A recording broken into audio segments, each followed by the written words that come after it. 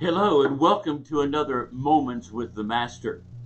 We're doing a study in the book of John, looking at some of those moments in the life of Jesus of Nazareth that so bonded him with the apostles as they went forth to proclaim the message of God among men. We look at various moments in Jesus' life and see what lessons we can draw from that.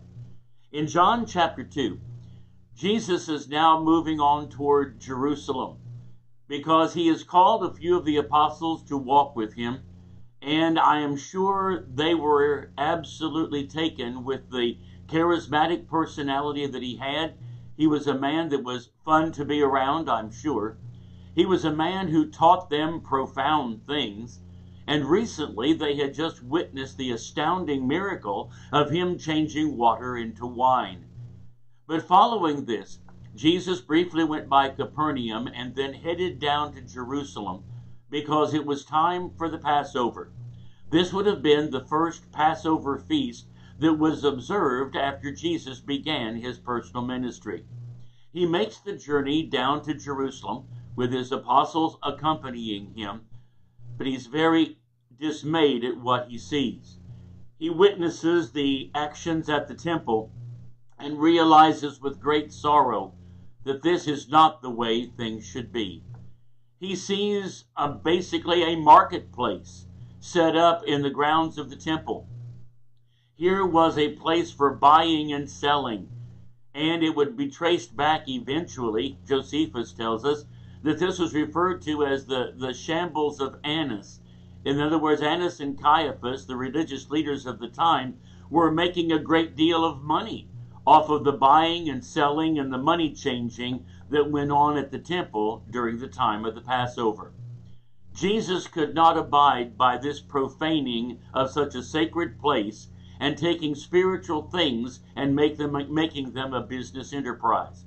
Instead, he fashions a small whip out of some small cords, and then he ransacks the marketplace area there, turning over the tables and driving out the money changers and driving out those who were selling various animals to be offered as sacrifice.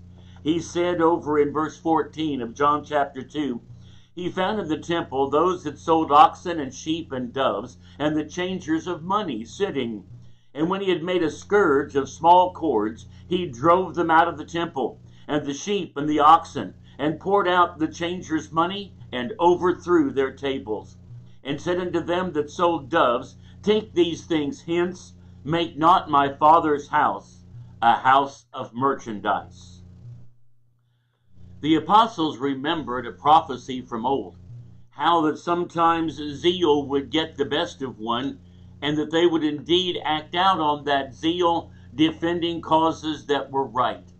They happened to remember that prophecy, and it came in handy in years to come.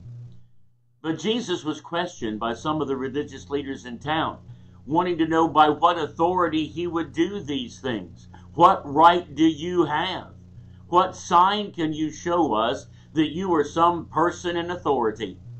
And Jesus simply gave them a reminder of something that they would call to mind much later. He answered and said, destroy this temple, and in 3 days I will raise it up.